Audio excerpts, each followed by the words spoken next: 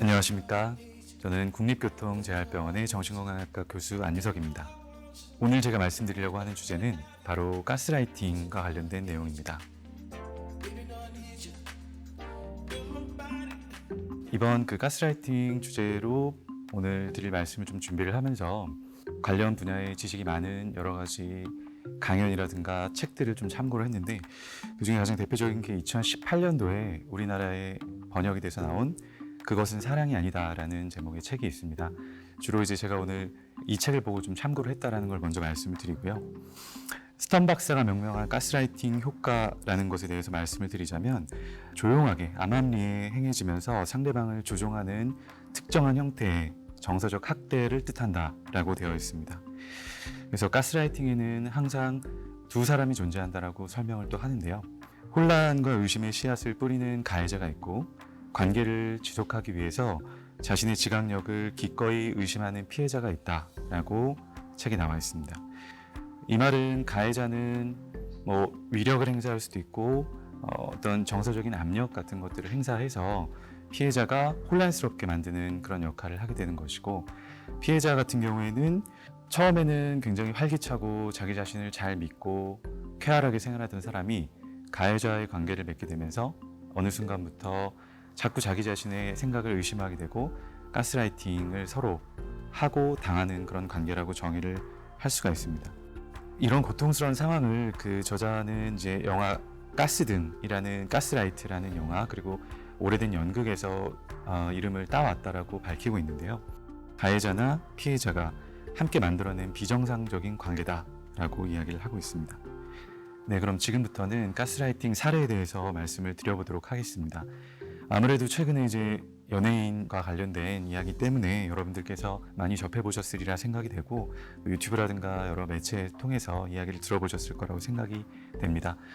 한 젊은 여성이 친구가 어떤 모욕을 언짢아 했다는 이유로 그 친구가 너무 민감한 것 같아 라는 식으로 글을 페이스북에 올렸고, 이 글에 좋아요를 누르거나 비난 섞인 댓글을 달았다라고 이야기를 합니다. 그래서 피해자는 가해자에게 정서적으로 조종당했을 뿐만 아니라 낯선 사람들 수십 명이 자기 자신을 지나치게 민감하다라고 생각하는 것 때문에 굉장히 괴로워했다라는 이야기를 들고 있는데요. 한마디로 혼란스럽게 만드는 겁니다. 그래서 피해자가 완전히 방향 감각을 상실하게 만들고 자신이 보거나 알고 있는 것들이 더 이상 확신할 수 없게 돼버리는 것이 가스라이팅입니다. 이제 피해자가 뭔가 의심을 갖게 되고 반발을 하게 되면 가해자 같은 경우에는 자신의 권위에 굉장히 위협을 느낀다라고 합니다. 그래서 가해자는 자신의 말이 옳다라는 것을 계속 증명하고 싶어 하고, 피해자가 결국 거기에 동의하게 만들기 위해서 굉장히 집요하게 집착적으로 정서적인 조종을 가하게 되는 겁니다. 근데 피해자의 경우에는 이런 두 사람의 관계를 생각보다 굉장히 소중하게 여깁니다. 내가 저 사람에 동의하지 않아서 관계가 끊기게 되면 어떡하지? 라는 식으로 관계에 굉장히 매달리게 되기 때문에 상황을 내가 아니라 그 사람에 맞춰가지고 그 사람의 관점에서 바라보게 되는 게 가스라이팅의 또 하나의 특징입니다. 네, 그래서 어쩌면 피해자는 가해자의 생각대로 이제 행동을 하게 되고 생각을 하게 돼가지고 다른 사람들이 자기를 비웃을지 모른다라는 식으로 생각을 하게 되고, 경박하게 행동한 걸 거야, 찌질하게 행동한 걸 거야 라는 식으로 그 사람의 관점에서 생각을 하게 됩니다. 이렇게 생각이 들기 시작하는 단계가 가스라이팅이 효과가 발휘되는 그런 시점이라고 이야기를 해볼 수 있을 것 같습니다. 자, 그러면 우리가 가해자를 가스라이터라고 부르고 피해자를 가스라이티라고 부르는데, 가스라이터 같은 경우에는 어떤 심리로 이런 행동들을 하게 되는지에 대해서 조금 더 알아보도록 하겠습니다. 우리가 사실은 가스라이터의 마음을 완벽하게 이해하기란 정말 어려운 일이긴 할 텐데요. 가장 쉽게 주변에서 찾아볼 수 있는 예를 들어서 설명을 드리자면, 아마도 자기애적인 성격, 그런 성격을 가진 경향의 사람들이 가스라이터가 될 가능성이 높습니다. 자신의 생각만 옳다라고 믿기 때문에 더 그럴 수 있는데요. 자기가 완벽하게 통제하고 있다는 그런 느낌이 이들한테는 굉장히 중요하고, 자기가 그런 통제권을 갖고 있지 않다라고 느끼게 되면 굉장히 분노하게 되고 그런 사실을 참을 수 없게 되는 것들이 가스라이터의 특징입니다.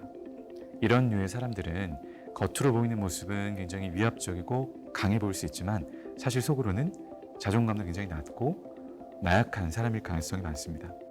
그래서 이들은 굉장히 화를 낼 때도 많고 타인의 감정에 냉담하게 반응하는 경우도 많고, 어떻게 너가 나의 마음을 그렇게 몰라줄 수 있어? 내가 이만큼 너를 생각해서 너한테 그러는 거야. 너를 위해서 그러는 거야. 그럴싸한 비난을 상대방한테 계속 퍼부음으로써 상대방이 나의 마음에 동의하도록 만드는 것이 가스라이터의 특징입니다. 그렇다면 우리가 가스라이팅이 취약한 사람들은 어떤 사람이 있을지 한번 알아보도록 하겠습니다. 아무래도 자존감과 연결이 될 가능성이 높은데, 자기 자신을 부정적으로 생각하거나 사랑받을 자격이 별로 없다라고 생각하는 사람들은 가스라이팅에 노출되기 쉽다라고 알면 될 것 같습니다. 일반적인 경우에는 과거 내가 살아온 경험이라든가 주변 친구들, 가족, 연인들과의 대화를 통해서 이런 것들이 정말 사실이 맞는지를 확인하는 경우가 일반적입니다.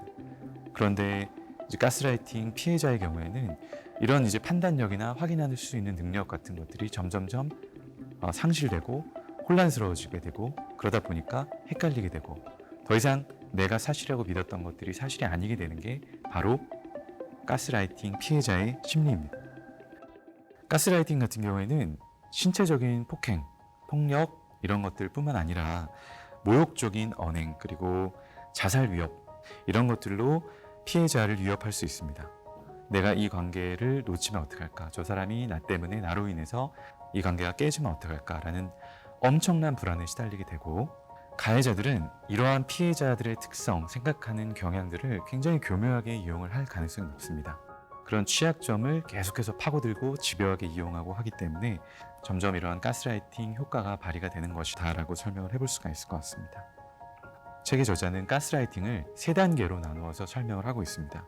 첫 번째는 불신이라고 저자는 이야기를 하고 있습니다. 피해자는 조금 헷갈리거나 아니면 왜 이렇게 인간관계가 어려울까라는 식의 가벼운 좌절 같은 것들을 느끼면서 조금씩 불안해지는 정도 단계를 우리가 1단계라고 볼 수가 있을 것 같고, 2단계의 특징은 바로 자기 방어다라고 저자가 이야기를 하고 있습니다. 가해자가 틀렸다라는 것을 증명하기 위한 증거를 계속해서 찾고 인정하도록, 잘못을 인정하도록 말다툼을 계속하게 되는 단계, 이게 2단계라고 볼 수 있습니다. 2단계까지는 아직은 그래도 상대방이랑 나는 좋은 관계를 유지할 수 있을 거야, 힘들지만 유지할 수 있어 라는 식의 생각을 유지하게 됩니다. 그런데 이제 3단계로 가게 되면요, 바로 저자는 억압하는 단계다라고 언급을 하고 있습니다. 이제는 상대방이 가해자가 틀렸다라는 게 아니라 굉장히 적극적으로 가해자가 옳다는 증거를 찾게 됩니다. 가해자가 원하는 방식으로 행동하게 되고, 무조건적으로 가해자에 맞추려고 하게 되고, 내 생각은 틀렸어, 가해자가 옳아 라는 식으로 내 생각을 점점 누르게 되는, 이런 것들이 바로 억압하는 단계다라고 하는데요. 무기력하게 되고 우울하게 되고, 심하게 되면 끊임없이 자살 생각을 하게 되는, 나 혼자서는 결정할 수 없게 되는 그런 단계가 바로 이 3단계가 된다라고 말할 수가 있을 것 같습니다. 그러면 많이들 궁금해하시는 가스라이팅의 자가진단법이 어떤 게 있을까요? 라고 질문을 해볼 수가 있을 것 같은데요. 책에서도 한 20여 가지로 체크리스트를 언급을 하고 있는데, 만약에 나한테 이런 일이 있다면 혹시 내가 지금 가스라이팅을 하고 있는 가해자와의 어떤 관계에 놓여있진 않은가, 이런 것들을 한번 생각해 보시기 바랍니다. 지속적으로 나는 어떤 사람일까? 라고 끊임없이 질문을 하게 되는 그런 상황, 내가 너무 예민한가? 내가 문제인가? 라고 계속 자기에게 되뇌이게 되는 상황, 항상 주변 사람들한테 미안합니다, 내가 잘못했습니다 라고 사과를 하게 되는 상황, 행복하다는 생각이 들지 않는 그런 생각이 계속해서 떠오를 때, 이런 생각들이 나에게 계속 떠오르게 된다면 지금 내가 갖고 있는 인간관계가 뭔가 잘못된 건 아닐까라는 것들을 한 번쯤은 의심을 해볼 필요가 있습니다. 하지만 저는 정신과 의사로서 우려스러운 점은, 요즘 같은 경우에는 이제 유튜브라든가 여러 가지 매체들을 통해서 이런 자가진단 도구들이 굉장히 많습니다. 그래서 얼마 전에도 제 외래에도 인터넷에 있는 자가도구를 체크해보고 나 지금 100% 어떤 진단이 맞아요, 내 진단이 맞는지 확인하고 싶어요 라고 오신 분이 계셨었거든요.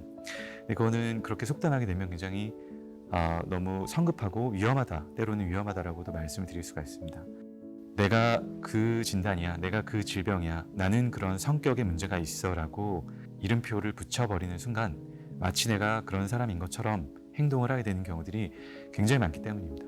그래서 저는 진단, 특히 정신과적인 진단에 대해서는 최대한 신중하자고 말씀을 보통 드리는 편입니다. 그래서 이런 자가 도구들은 한 번쯤은 내가 중간에 좀 멈춰서서 짚고 넘어가야 되는 것들을 점검해 볼 때 이용해 보는 수준으로 생각을 해보셨으면 좋겠고, 결코 이것이 정신과적인 문제를 확진하는 도구가 아니라는 것을 꼭 여러분들이 기억을 해주셨으면 좋겠습니다.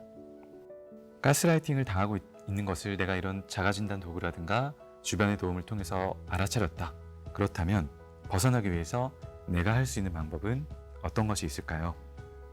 자기 자신의 판단력이라든가 현실 감각 이런 것들을 확고하게 믿는다면 다른 사람한테 내가 지금 잘못되고 있는 것인지 아닌지를 물어볼 필요조차 없습니다. 의심이 들 때는 친구들이나 가족, 그리고 저희 정신건강의학과 전문의 같은 심리 전문가에게 내가 지금 어떤 상황에 놓여 있는지를 한번 상담을 받아보는 것이 좋다라고 말씀드립니다. 그렇다면 타인과의 건강한 관계를 가지기 위해 우리가 염두에 두어야 될 게 어떤 게 있을까요? 이 질문에 대한 정답은 없습니다. 사람마다 다 다르고, 내가 어떤 인간관계 정도에 있어야, 특히 타인과의 거리가 어느 정도 돼야 안전하다고 느끼는지는 사람마다 다 다릅니다. 내가 느끼는 안전한 거리와 상대방이 느끼는 안전한 거리가 다르다라는 것을 알고 인정해 주는 게 굉장히 중요합니다. 우리가 아프니까 사랑이다 라는 말 혹시 들어보셨을까요? 네, 자존감 수업의 저자분께서는 아프니까 사랑인 게 아니고 그건 그냥 아픈 것이다, 아프니까 사랑이다 라는 식으로 그냥 저냥 이해하고 넘어가셨던 관계가 있었다면, 극단적인 경우에는 이게 가스라이팅이 아닌지 한 번쯤은 우리가 생각해 볼 필요가 있을 거다라고 말씀을 드리면서 오늘 제 강의는 이야기는 여기서 마치도록 하겠습니다. 네, 긴 시간 들어주셔서 감사합니다. 안유석이었습니다.